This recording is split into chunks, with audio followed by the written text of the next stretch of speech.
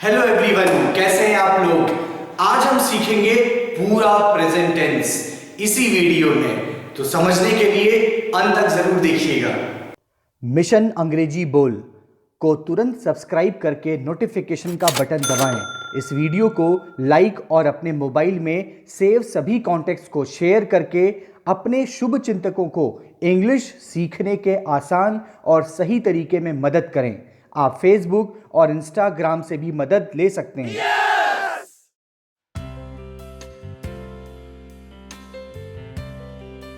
एक टेंस के चार भाग यानी चार प्रकार के टेंसेस, और इसी में आपको हर एक टेंस में चार प्रकार के वाक्य मिलते हैं। तो 4 + 4 + 4 + 4 टोटल 16।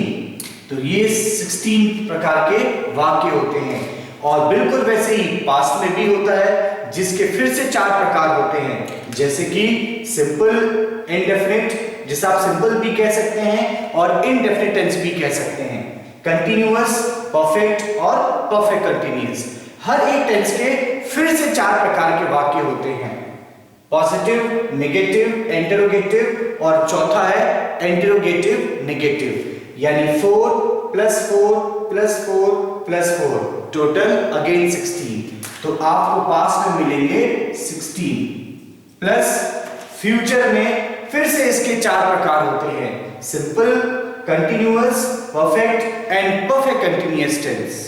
और फिर हर एक टेंस के चार प्रकार के वाक्य होते हैं।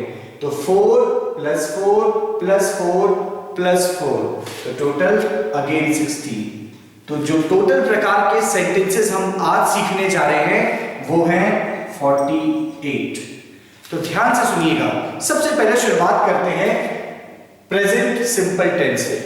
प्रेजेंट सिंपल टेंस हम कब इस्तेमाल करते हैं? जब हमें कभी भी आदत बतानी होती है, यानी कोई भी वाक्य जो हमें आदत बताता है। ये आदत आपकी रोज हो सकती है, वीकली हो सकती है, मंथली हो सकती है, या हर साल की जाने वाली कार्य हो सकते हैं।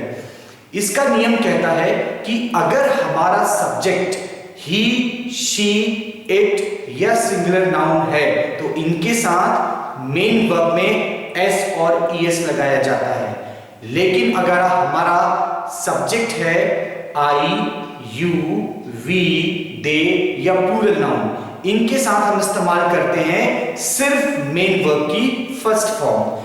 पॉजिटिव सेंटेंस कैसे बनेगा? वह खाता है तो आप बोलेंगे ही ईट्स। वे खाते हैं, दे ईट। ये है पॉजिटिव सेंटेंस। नेगेटिव यानी नकारात्मक वाक्य में अगर होगा वह नहीं खाता है तो आप लिखेंगे ही डज नॉट ईट।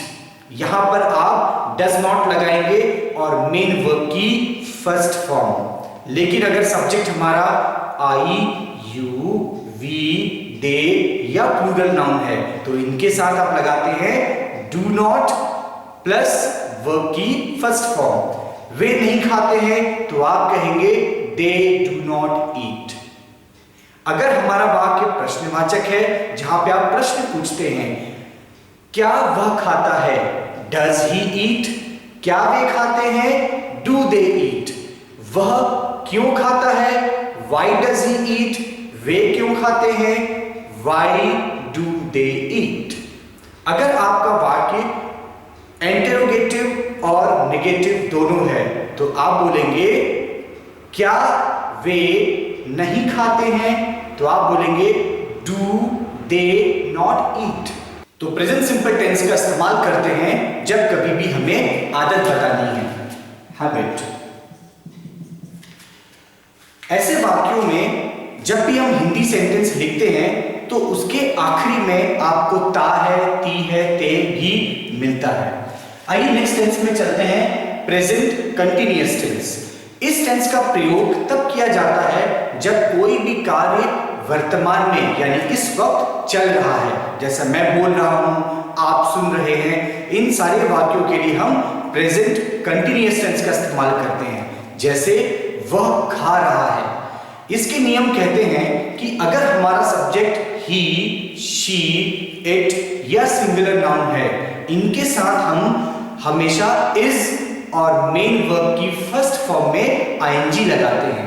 अगर सब्जेक्ट है आई तो आई के साथ हम एम और मेन वर्ब की फर्स्ट फॉर्म में आईएनजी का प्रयोग करते हैं। और अगर हमारा सब्जेक्ट है यू, वी, दे या प्लूरल नाउन तो इनके साथ हम सब्जेक्ट में आर प्लस मेन वर्ब की फर्स्ट फॉर्म में आईएनजी का प्रयोग करते हैं। जैसे वह खा रहा है तो आप कहेंगे ही इज ईटिंग, मैं खा रहा हूं, आई एम ईटिंग।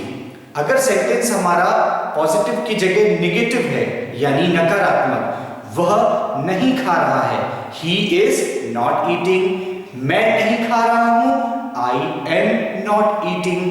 अगर हम इंटरोगेटिव में आए, क्या वह खा रहा है तो आप कहेंगे इज ही ईटिंग, क्या मैं खा रहा हूं, एम आई ईटिंग।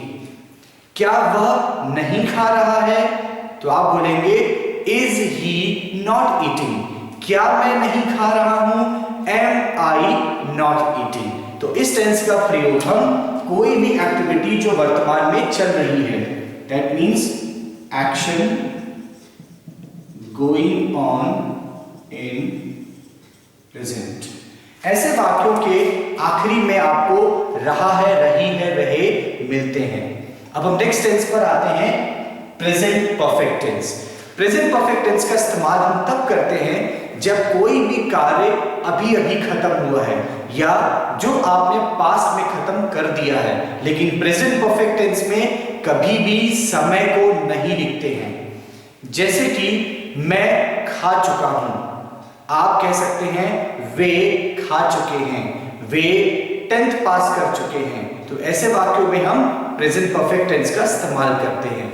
नियम कहता है अगर हमारा सब्जेक्ट ही, शी, इट या सिंगुलर नाउन है तो इनके साथ हम हैज और मेन वर्ब की थर्ड फॉर्म का इस्तेमाल करते हैं। लेकिन अगर हमारा सब्जेक्ट है आई, यू, वी, दे या प्लूरल नाउन तो इनके साथ हम हैव और वर्ब की थर्ड फॉर्म का इस्तेमाल करते हैं। जैसे कि वह खा चुका है, he has eaten, वे खा चुके हैं, they have eaten। अगर वाक्य हमारा नेगेटिव है तो आप कहेंगे वह नहीं खा चुका है, he has not eaten, वे नहीं खा चुके हैं, they have not eaten।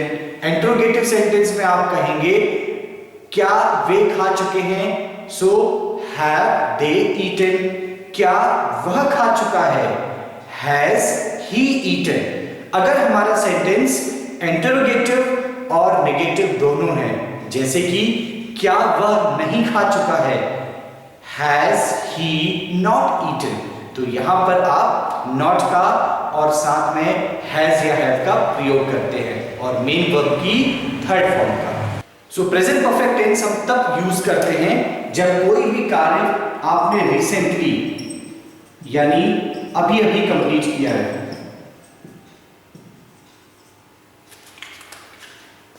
इसके हिंदी के वाक्यों में आपको मिलेगा चुका है, चुकी है, लिया है, दिया है, ऐसे शब्द से अंत मिलता है। आइए अब नेक्स्ट टेंस की तरफ चलते हैं, प्रेजेंट कंटिन्यूअस टेंस।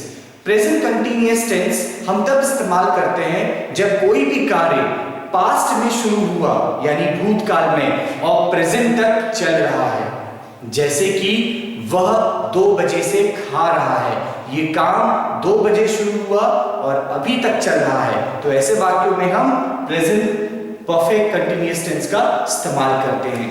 नियम कहता है कि अगर हमारा सब्जेक्ट ही, शी, इट या सिंगुलर नाउन में से कोई भी है, इसके साथ हम हैज बीन और मेन वर्ब की फर्स्ट फॉर्म में आईएनजी का प्रयोग करते हैं। लेकिन अगर हमारा सब्जेक्ट है आई, यू, वी, दे या प्लूरल नाउन, इन सभी के साथ हम इस्तेमाल करते हैं हैव बीन और मेन वर्ब की फर्स्ट फॉर्म में आईएनजी।